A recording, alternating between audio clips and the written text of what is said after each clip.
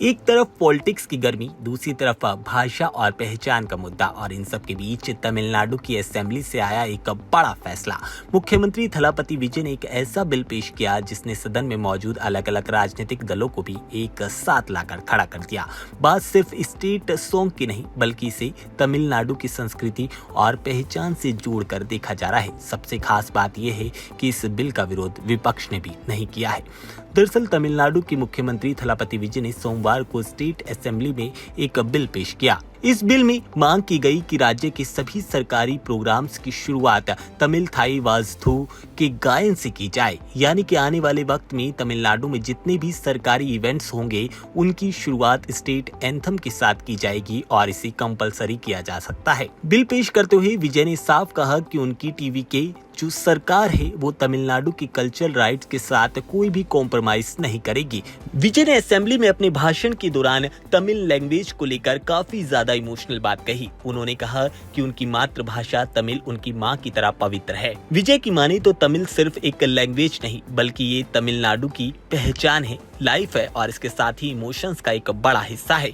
उन्होंने ये भी कहा कि जहां भी तमिल शब्द बोला जाएगा वहां तमिलनाडु के लोग आपको एक साथ दिखाई देंगे। अब इस पूरे मामले में एक सबसे इंटरेस्टिंग पार्ट आता है। आमतौर पर पॉलिटिक्स में सरकार और ऑपोजिशन के बीच कई मामलों को लेकर मतभेद दिखाई देते हैं। बिल आने पर विपक्ष लगातार उसका विरोध करता है, लेकिन ये मात्र एक ऐसा बिल था जिसका विपक्ष ने भी पुरजोर समर्थन किया। यानी कि लैंग्वेज और संस्कृति और पहचान के मुद्दे पर सत्ता पक्ष और विपक्ष एक साथ नजर आए और उन्होंने अपने मतभेदों को कहीं पीछे छोड़ दिया। सभी राजनीतिक दलों का समर्थन इस बिल को मिला और ये पूरी मेजॉरिटी के साथ पास हो गया। अब इस फैसले को लेकर पॉलिटिकल और सोशल दोनों जगह बातें हो रही हैं। विजय के लिए ये फैसला इसलिए बहुत बड़ा है क्योंकि उनकी सरकार तमिलनाडु लैंग्वेज और स्टेट पहचान को लेकर अपना स्टैंड काफी क्लियर रख चुकी है।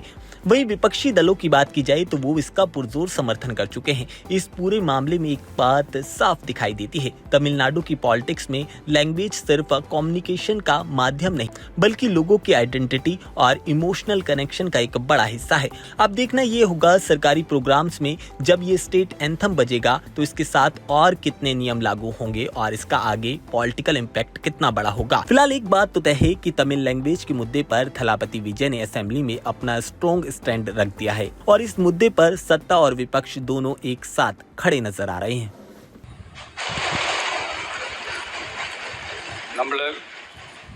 நம்மள பெத்த தாய அம்மான்னு சொல்றப்பெல்லாம் பாசமும் சொந்தமும் நம்மள அறியாமலே உயிரா